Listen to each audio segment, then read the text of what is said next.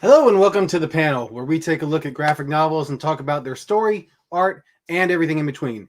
On this episode, in honor of National Women's Month, we will be discussing a graphic novel whose cast of characters is predominantly women, just like the book's creative team. So cozy up with your inner demon and sip on some Ilium, because we're about to delve into Monstress from Image Comics.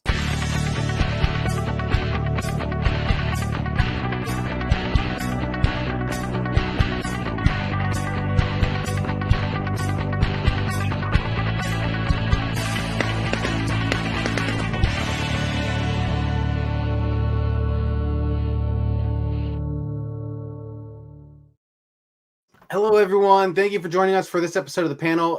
Do not adjust your set. I'm not Mia. Amy is unfortunately out sick, so I'm Johnny Rose. I produce the Previews World Weekly show with Ashton and Troy, and I'm taking over as hosting duties because I am one of the few people that actually had to read this because I had to put the graphics together for this. But my other panelists are here, and thank you. I'm gonna thank you for them joining me.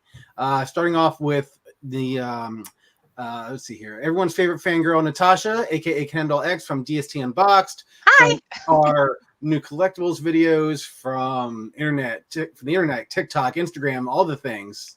All the things. And of course, also joining me is the one and only the Duchess of Free Comic Book Day herself, Ashton Greenwood. Hey, what's up, guys? I'm excited to be here. Got a lot of thoughts. Hey, howdy, hey. Hey, howdy, hey. So, as I said, we're going to be getting into Monstress. So, real quick, we're going to do a quick summary of the plot. So, Monstress is set in a matriarchal world inspired by early 20th century Asia. The background of the story is that a war between the Arcanics, which are magical creatures who sometimes can pass for humans, and the Human Federation, led by the Kamea, who is an order of sorceresses who consume the Arcanics to fuel the Kamea's power. And with a richly imagined world of Art Deco and inflected steampunk, Monstress tells the story of Micah Halfwolf, a teenage girl who is struggling to survive the trauma of war and who shares a mysterious psychic link with a monster of tremendous power. It's a connection that will transform them both and make them the target of both human and otherworldly powers. Monstress was first published by Image Comics in November of 2015. The series has won multiple Hugo Awards, British Fantasy Awards, the Harvey Award, and 5 Eisner Awards, making writer Marjorie Liu the first ever woman to win an Eisner in the Best Writer category. That is a mouthful. So, yeah. Initial thoughts, diving into it. When you picked up the book, what was your first thought going into reading this? Let's start with Ashton. Okay, great. I was going to volunteer myself anyway. It was one of those things that sucked me in right away because you open it to the first page of the first issue and it drops you right into the story as things are in that world. There's no preamble or explanation or really no context, which I appreciated because it sucked me in right away. Because without that context, you're immediately like, okay, who are these people? Like, who are the Arcanics? What is the beef about? Like, why are we fighting? What is the value of these things? So I loved that. The art, I'm sure we'll be broken records by the end of this. The art's incredible, like insane. I'm sure all three of us will say it a number of times. It is beautiful. It is breathtaking. And some of the creatures, some of like the monstra are insane. Like, how do people come up with these things? Just larger than life, unbelievable. And like Johnny pointed out, I love that it's in a world that is like completely female run. Like all of the main, like the shaman empress, the death, the mother superior, all women. All of like your heavy hitters and your biggest players are women, and I'm about that, especially during Women's History Month. Yes, Natasha, what about you? Yep, Natasha. Same thing. When I first picked up the book, I had no idea what this was about. I had zero, like, other than the cover, which looks amazing, like super detailed, kind of like felt like kind of steampunky to me. I had no idea what was going to happen or what it was about. And within the first few pages, art tucks you in and like the mystery of the story and who's this person and what's happened to her. Why is this the way it is? And all of that just kind of sucks you in right away. So Absolutely. And that's one of the tricky things with any medium, really. But I mean, I find this a lot when I'm reading comics or even regular novels, that it's really the writer has a really tough part or tough job to try and orient the reader. You know, you're coming into like a new title, like, you know, brand new, and you just have to figure out like, you know, how can I get oriented into the story? But speaking of the story, we're going to delve into that now and talk a little bit about the story.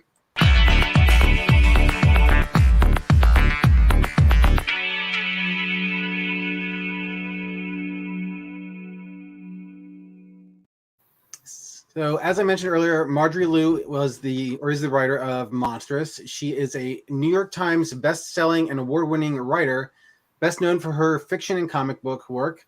Miss Liu's extensive work includes the best-selling Astonishing X-Men for Marvel Comics, which featured the gay wedding of X-Men North Star and was subsequently nominated for a GLAAD Media Award for Outstanding Media Images of the lesbian, gay, bisexual, and transgender community. Miss Liu is also a lawyer and has taught comic book writing at MIT. So very impressive accolades there. Yeah. I'm going to start us off on this, and I'm kind of setting the tone for all of us here. I found this a little difficult to get into at first, and let me just explain that, because the one thing, well, not one of the one thing, but one of the things that I would say MONSTRESS has going for it is that it is very expansive. Like Miss Liu does an incredible job at world building, like right from the start. Like I can almost equate her world building on like a Tolkien or George R.R. Martin-esque level, because there is so much going on here. Like there's so many factors going on. There's so many factions that are in play here. We have like the Arcanics, we have the Kumeya, we have just like the war that's been going on, which is like, you know, still raging to this day, I think, or just, you know, they're recuperating from some of the big battles. Like they keep mentioning like a war at Constantine, which we see glimpses of later on in the book. So simply because of the fact that I could instantly tell that this is such a huge and expansive world, it felt a little bit difficult for me to get into. That being said, the more that I read it, the more I started to understand like what each of the characters, you know, motivations were, where they were coming from. But starting off, it was a little difficult. Did you find that to be the case, Ashton?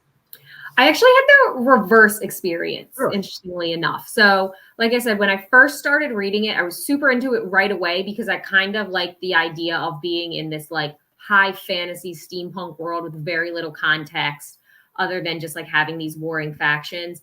But I kind of felt like the longer it went on and the more like details that were provided, it kind of bogged itself down in details.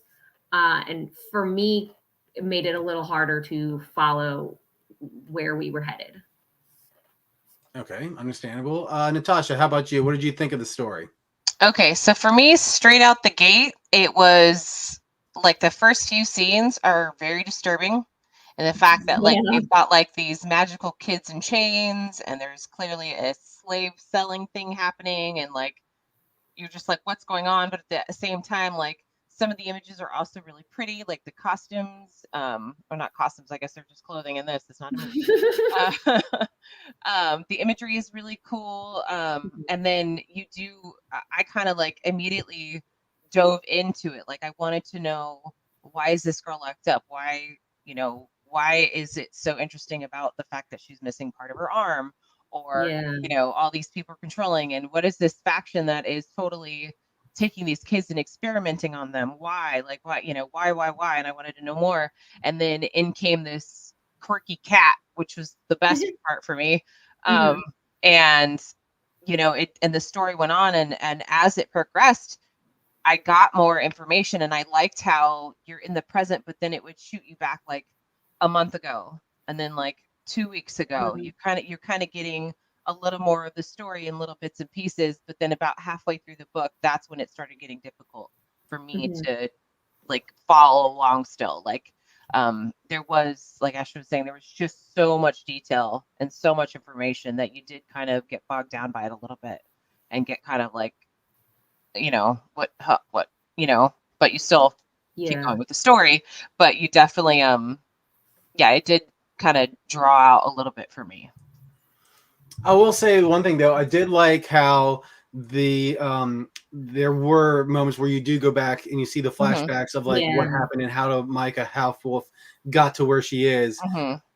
At the same time, I felt like, and that just this may be just me like kind of over reading into it, but kind of seeing her glimpses into the past, like kind of mirrored what the monster was kind of feeling later on when it kind of emerged from the stump in her arm, because it's kind of like, where am I? What's going on? How come I recognize your face? So there's a little bit of like reflection between the two of like, you know, learning the history of what's going on with her, and then also figuring out how the demon ties into it as well. Mm-hmm. What would you say was these? I know we were all saying that they were kind of parts that were kind of like hit or miss for us. But what would you say was some of the were one of the strongest aspects of the story for you, Natasha? The cat. The cat. The cat. No, I think one of the strong aspects for me is kind of when she's talking to herself, like all this other dialogue's going on and all this other noise and stuff, and she's just kind of like in her own head and trying to, I feel like with all the trauma and horror that she's seen and gone through, she's trying to compartmentalize a little bit and trying to like put those puzzle pieces together. She's trying to figure out, like at one point when she gets the picture with her mother in it, she's trying to figure out who these other people are, what are they connected to, what, you know. And so for me, like I really like mystery stuff, so like that, I feel like she was trying to solve her own mystery and her own thing while all this other chaos is still going on. And to me, that's kind of relatable. Like you've got that internal monologue going on where you're still also trying to convey and interact with other people, and she's trying to break away. And then like what you said, actually now pointing that out, Johnny, about how about the fact that like the monster or the demon is kind of like a reflection of her, and then later on in the story the demon's kind of doing the same thing of having that reflection of trying to puzzle piece together stuff. So that part I thought was really cool. That really, I connected with that part, I think, mainly. How about you, Ashton? What would you say for you was one of the strongest aspects of the story?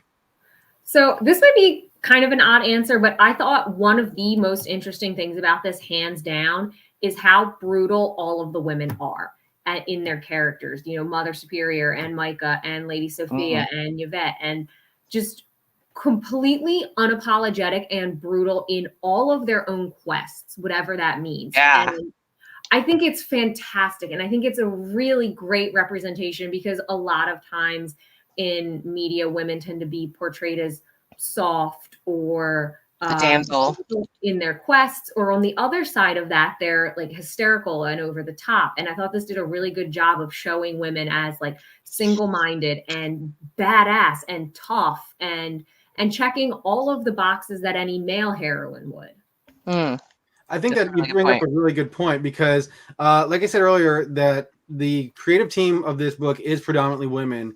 And unfortunately, you know, I'm sure that a lot of the ways that women have been portrayed in comics is from a male perspective. So I feel like when a male is writing a female character, you know, you're still giving that male perspective on how a male thinks a female would act. So do either of you feel like this kind of accurately represents the different ways or different dynamics that women kind of interact with each other as represented in this scenario? Natasha, I'll go with you. I want to say yes. Like there's one scene where you have these group of women who are like out there. They're kind of like the almost like the hunter assassins or something like that. Oh, you're talking about the Inquisitrixes? Yes. Yeah. Mother Superior's personal guard or whatever they're. Yeah, the Inquisitors, right?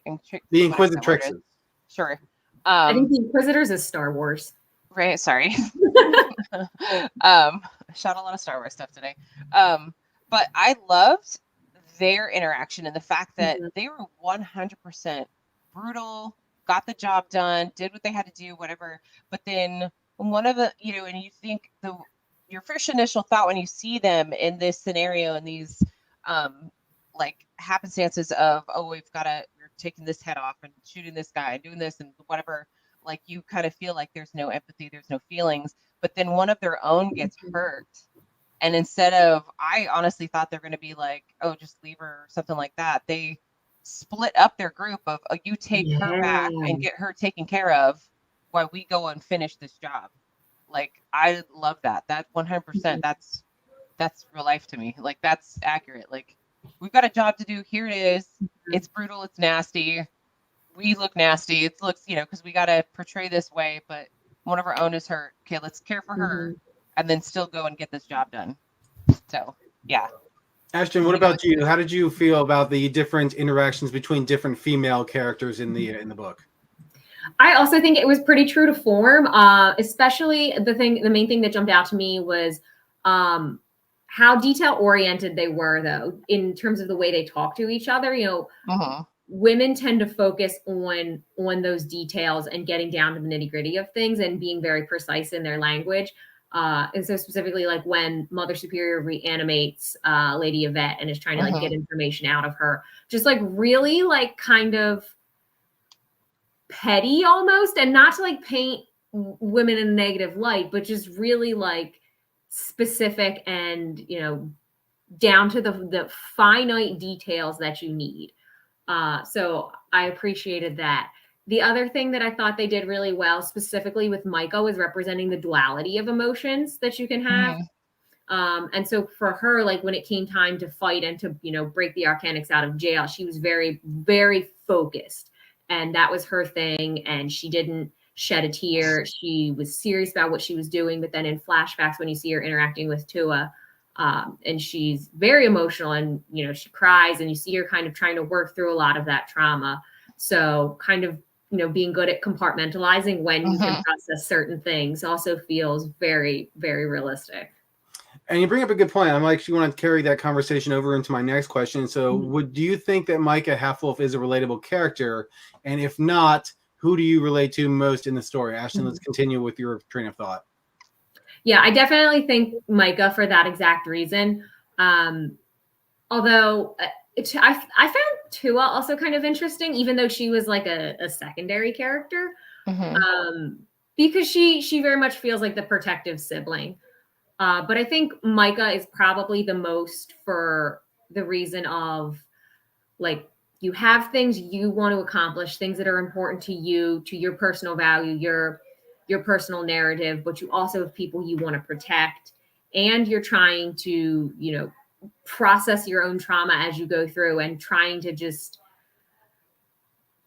I want to say stay, not lose your humanity, stay humane. She's not a human, but I mean, the concept still applies.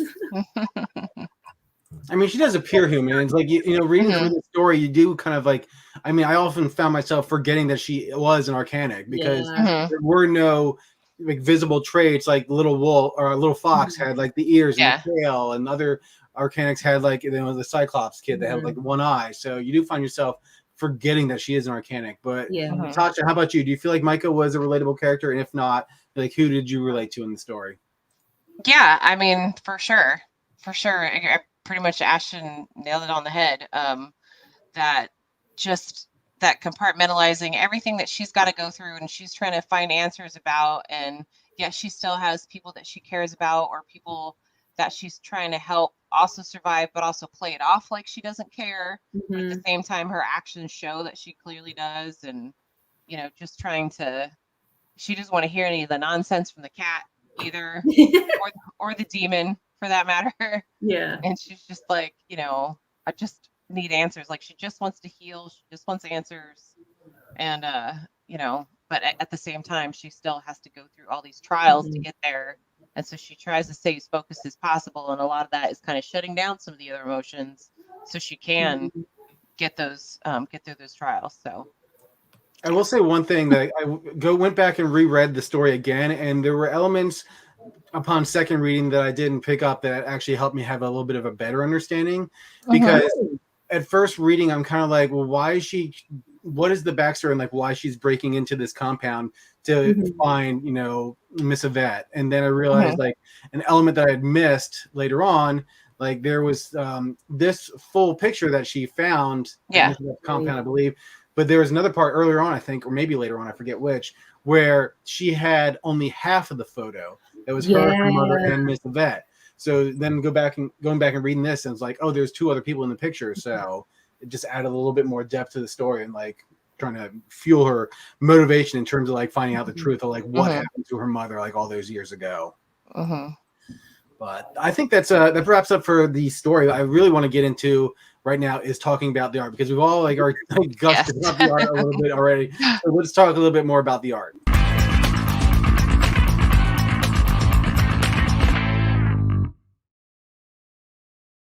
So the artist of Monstress is Sana Takeda, and she is an illustrator and comic book artist who was born in Niigata, Japan. At age 20, she started out as a designer for Sega and then became a freelance artist when she was 25.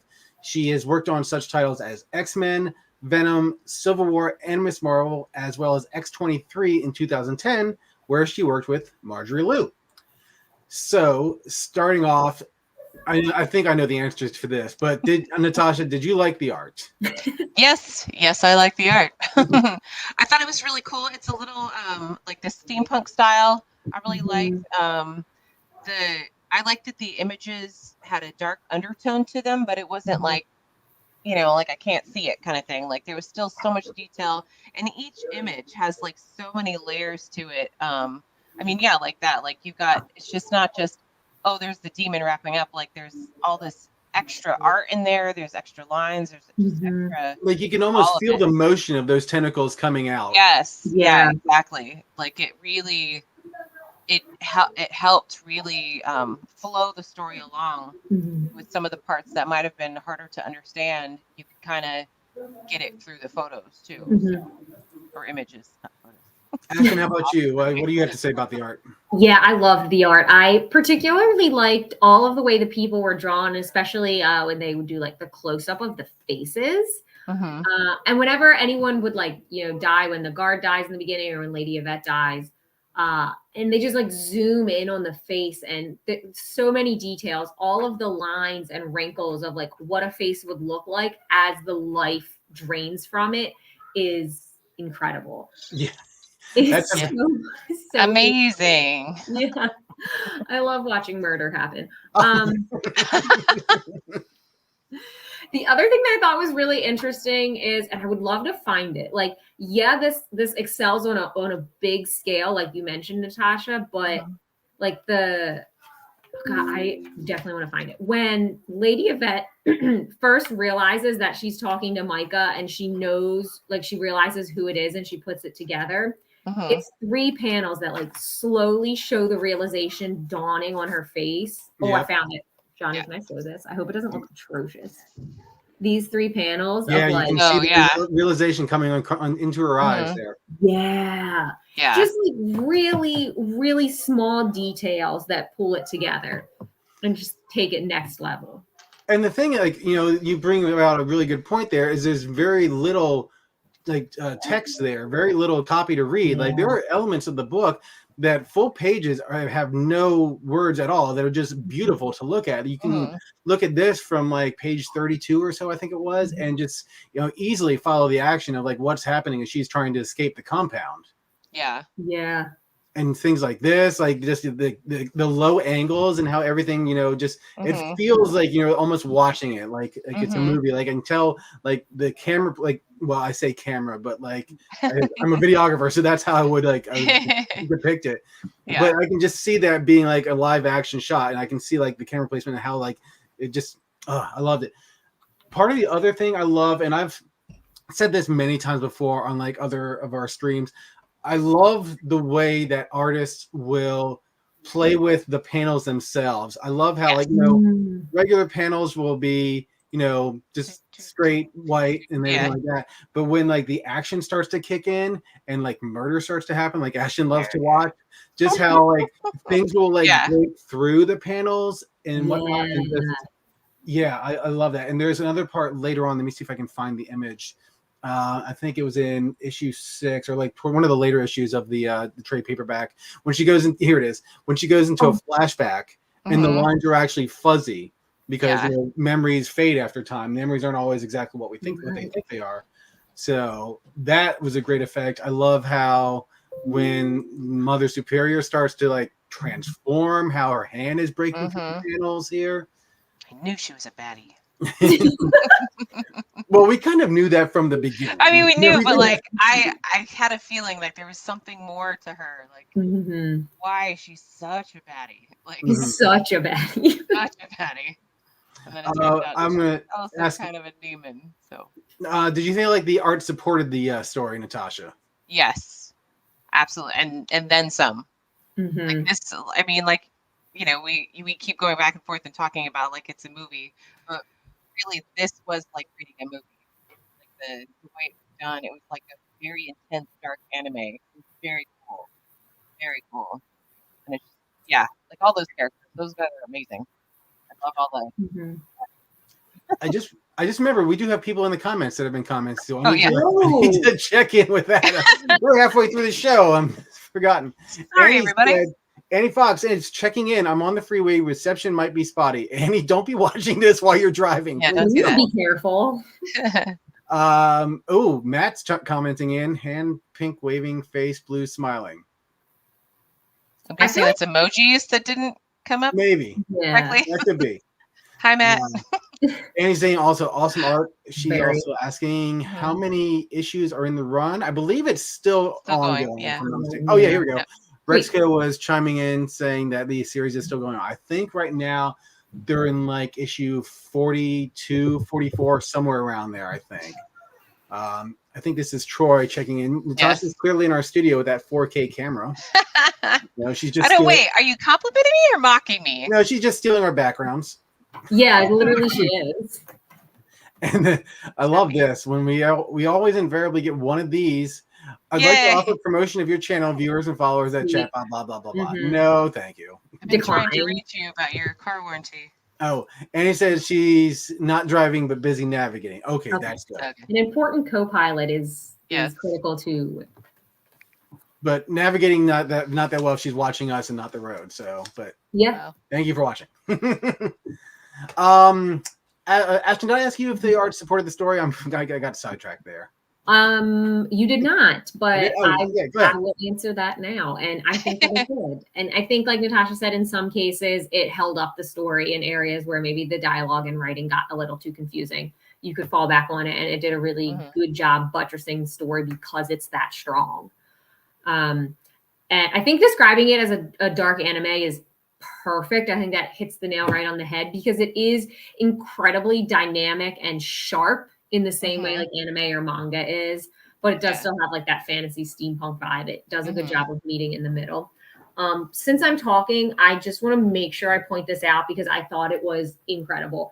When Micah and the little fox like run into the monster for the first time, and it's just like that giant mountain with all the eyeballs in it, but it also has a spine and a rib cage. I was like that took my breath away. Is this the one? Yeah. Yes. Like, tell me that's not incredible. You can just keep looking at it and find more details the longer you look at it. There's blood coming out of the main eye. It's beautiful. Let me ask you this. Now, I have to admit, I was a little confused as to what this was. So what was your take on this? So they originally said that it was like the humans in the Kumeya said that it was a ghost, but that the Arcanics had found a way to like manifest it in a physical form. But then like Micah said, sometimes they pray to it and it's part of like a religious experience. So I can't say with any certainty that I ever nailed down exactly what it is. It seems like maybe it's just some mythical, being beyond a firm explanation. It seemed to me, my understanding anyway, and this is entirely subjective, was that it was like some sort of creature that was part of like the Arcanics religion.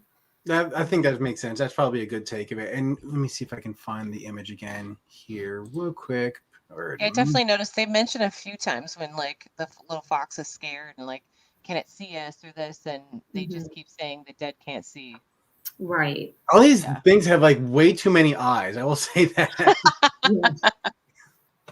There's just eyes everywhere. Like the demon has eyes over it. This mountain has eyes all over it. It's just, it's all very unsettling, but in a sense, it just makes you want, like, again, it makes you want to read more and kind of find out like where is this going? Like, what is like the history behind this? Like everything has a story, or they wouldn't put these things in there for absolutely no reason at all. There's obviously which I'm sure probably they might get into a little bit more in like some of the later episode or issues, which we haven't read yet. So sorry.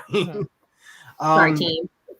Continuing with the artwork talk, Natasha, would you say there's any particular moment where the art really stood out for you? Let me see. Actually, yes, there is. So that's really cool. Let me find it. The beginning of chapter 4. Oh my god. That was that's one of the cover images. Yep. Yeah, that is just beautiful. So cool. Like, look at all that back there. I mean, all the details. Like Ashton was saying, like you just keep looking and you keep seeing more and more and more. Her composition, definitely. Her composition on some of these covers. Unicorns.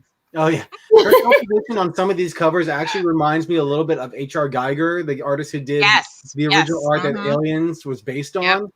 So I can definitely see like some of that influence in there. I mean, maybe not directly or intentionally, but definitely it shows up in there.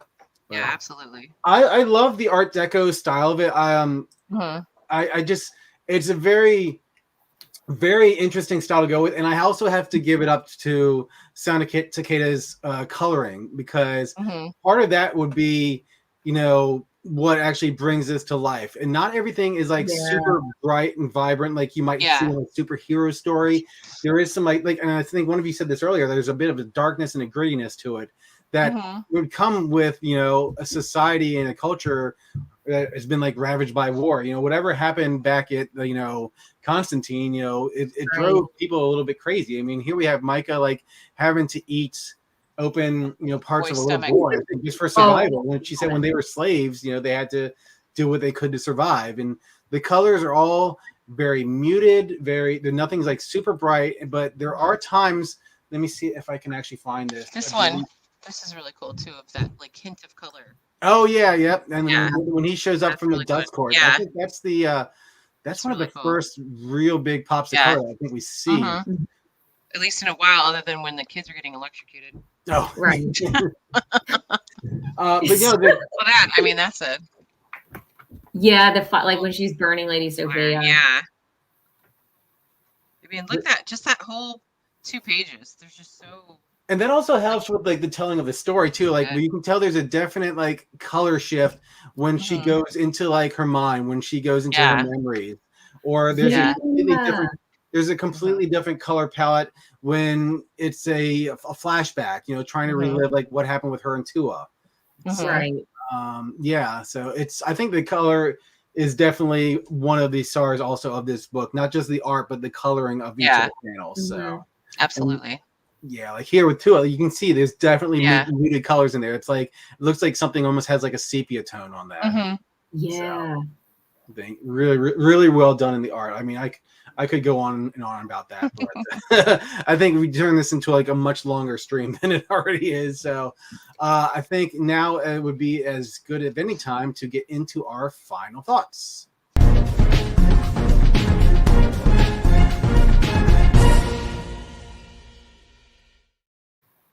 So as we said earlier, there are some pluses and minuses on both sides. Some things worked for us, some things didn't. And that's what, these book clubs are about. That's what the panel's about. Not everything is going to work for everybody. So I want to get your final thoughts overall on the book, and I will start with Natasha. So for me, this is not normally my genre or style that I would hop into, but I didn't hate it. Like I liked the mystery of it. That part dragged me in. There was a lot of brutality in there I was not expecting, and that was a little off-putting for me, just because anything with kids I kind of have a hard time with. But the cat was funny to me. Probably wasn't intended to be funny, but for me, are you talking about like the main cat or the other? The main cat. Oh, because like the cat I keep focusing on is like the Wilfred Brimley the informational cat. Oh, that was. No, the funny cat. Okay, you can't tell me that. You don't see it now.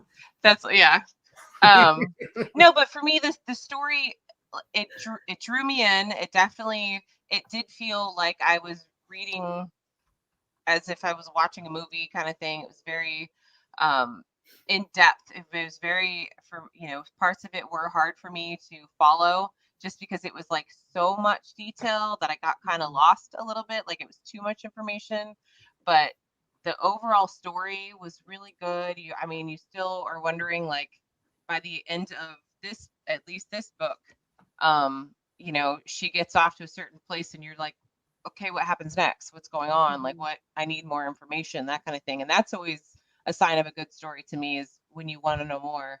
But overall, totally, usually not my bag of chips, but I totally enjoyed it. And I'm actually going to pass this on to my daughter because I think she'd love it. Sweet. No, I'm assuming you're older. The oldest one. Yeah. The oldest one. Just to be clear. Not the middle one. Not the 2-year-old, not the 9-year-old, the 19-year-olds. Yeah. Okay. Yeah. That is more age appropriate reading. Yes. Just to be clear. Just wanted to clarify. Yeah.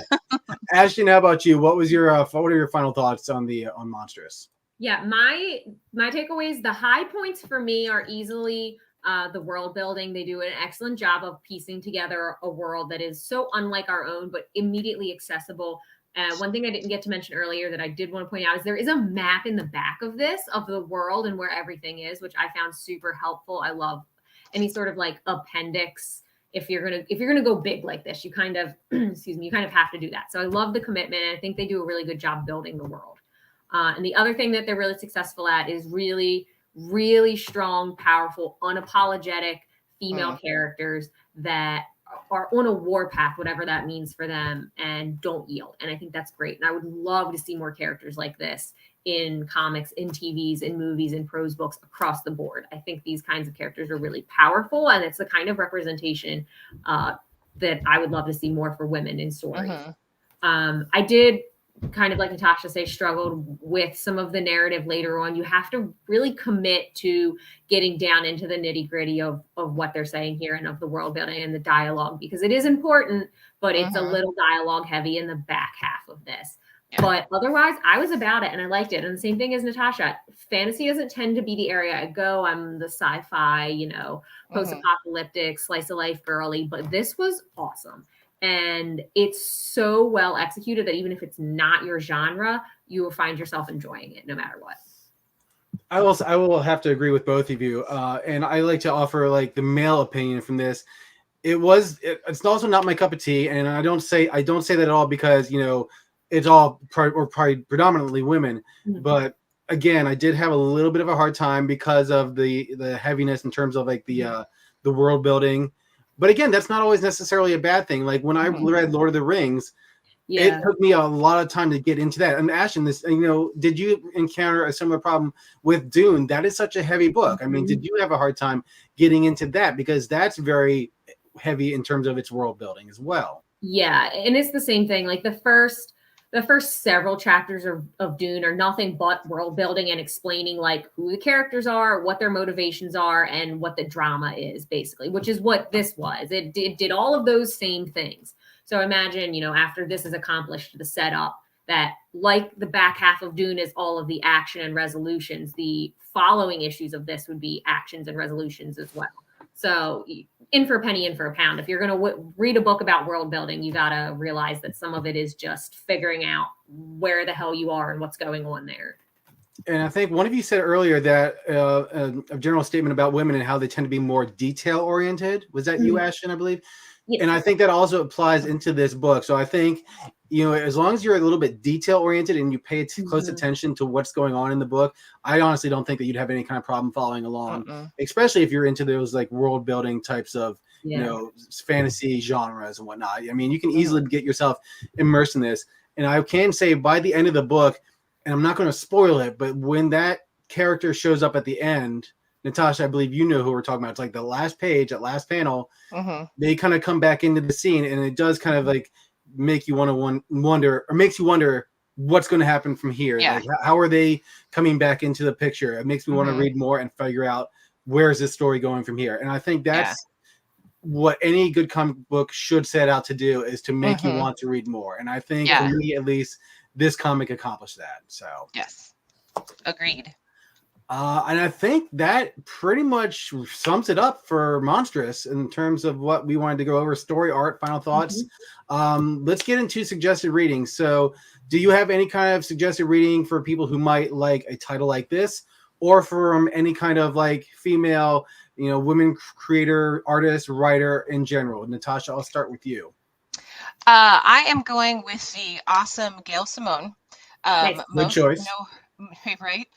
She's epic. If you don't follow her on Twitter, it's like the best time of your life to follow her. She's awesome. She's so good at trolling people too. It's amazing. She's awesome, quit. But beyond that, if you don't know who she is, which is astonishing, she's like one of the pivotal women in comics. She's written for Birds of Prey, Batgirl, Deadpool, Secret Six. She created Huntress. And beyond that, I wanted to spotlight her today, especially because she had the longest run of the woman writer for Wonder Woman. And I think that's like a really notable feat in comics, in that, it's Wonder Woman and it's written by a woman. And I think that's really powerful and awesome. And she's just fantastic. And I didn't want to pick just one piece from her because there's so much good stuff out there. So if you don't know who she is, Google, search, contact your local comic shop and say, hey, I would like any of her writings, because you will not be disappointed. Excellent recommendation. Ashton, let's go to you. What kind of recommended reading can you give us? Yeah, my recommended reading based off of this is Animosity by Marguerite Bennett. Marguerite Bennett is incredible. She writes a great story. It's more post-apocalyptic and I mean, it's me. Why wouldn't it be? It's I forget you can hear me off camera. Yeah. I have to fulfill my brand as reading only 3 types of books. I'm okay with that. Sorry. But it's similar vibe in that, like, there's kind of these 2 warring factions between like the animals and the humans, and it does a really good job of sucking you in right away. And animals can talk, which is that's concerning in a different way. I was actually going to suggest Marguerite Bennett and Animosity as well, because that first trade paperback is just really good. Like, it's just all of a sudden, Natasha, I'm assuming you haven't read it, have you? No, apparently I need to. Excellent book. So apparently it's like, just all of a sudden at like the same time, just like all animals gain sentience and they're able to talk with the knowledge of what they've experienced up to that point. Oh, that's troublesome. And so it's like the family dog can, like, says to a wife, tell all your like, secrets. Yeah, well, the family dog says to a wife is like, I don't know why you put up with him because he's been beating you and stuff like that. It gets like dark, like super quick. Oh my God. And just like, you know what? There's like a mother pig who like says to her piglets, like, where are my babies, as they're being taken off to like the slaughterhouse and stuff. Like, it sucks you in right away, but it's an excellent read by a female creator, and Marguerite Bennett, I agree, is very great. Twisted. So, but as far as Monstress goes, so if you're interested in reading Monstress, be sure to look for it at your friendly local comic shop. To find a comic shop near you, simply head over to comicshoplocator.com. And let's give you guys a little chance to send out some plugs. So let's start with Natasha. Like, where can people find you online? Super easy. Canon Doll X. Hold on, my name's not there anymore. There it is. There we go. I'm so good at this. Just search for that online. And just Google it and you can find it. Or you go to canondollx.com, and it will link you. And on one easy page, it will show you my awesome show that airs every Wednesday called DST Unboxed. On Fridays, it is here on Previews. And I unbox awesome stuff from Diamond Select Toys and Gentle Giant Studios. Everything from Star Wars to Marvel to obviously awesome movie franchises, everything. And then also just other content that I make personally is also on there. Event coverage. All sorts of, just fun nerddom, and also maker stuff too. I have some blacksmith stuff on there too. I'm also jealous of you, because in DST Unboxed, you get to view all those Scotty Young animated statues before I can see them. I do. And every time I do, I always mention how much Johnny would probably love this video. Every single one. Ashton, how about you? Where can people follow you online? You can come hang out with me at Free Comic Book Day, Facebook, Twitter, Instagram, TikTok. In particular, come hang out with me on Facebook. We're doing a March Madness bracket right now, pitting rival schools against each other to find the best one. And right now it's Riverdale High versus the Starfleet Academy. So go vote. I know. Go vote. I know my vote. Go pick one. Me too. Me too. I think we should have thrown a couple actual like college schools in there just to like see like, you know, Professor Xavier's school built or beat out like, you know, wherever, Gonzaga or whatever, some actual college sports team. I also like to point out Free Comic Book Day, one of the best holidays of the year. Yes. May 6th. Just saying. Coming up soon. Just saying. Yep. It is May 6th at your local comic shop. For more information, you can go to freecomicbookday.com. I got invited to a Mother's Day tea that day, and I was like, what time is it? Because I have to go to the comic book shop first. You know your priorities. And yeah, I was like, I gotta get my free comics first. Then I'll go have some tea. You can drink tea like with your pinky That's out right. while you're reading the comics. There you go. Well, ladies, thank you so much for joining me. I appreciate you going over Monstress from Image Comics with me. And this is to let's do that. So this is to everyone out there who's watching. If you have a graphic novel that you'd like for us to talk about, leave a comment and we will try to pick yours for a future episode. And just as a reminder to like, follow, subscribe, do all the things for at Previews World, at Free Comic Book Day. As Ashton said, May 6th is Free Comic Book Day. So look for your friendly local comic shop, see if they're participating. And if they're not, ask them what's wrong with them because they should be. Free Comic Book Day is awesome. But that is it for now. And I'd like to say goodbyes. And this is what Mia always says, and it's going to sound weird me saying it, but yeah, someone else has to say this. So heroes are a dime a dozen, but comic fans are priceless. We'll see you next time. Thanks for watching.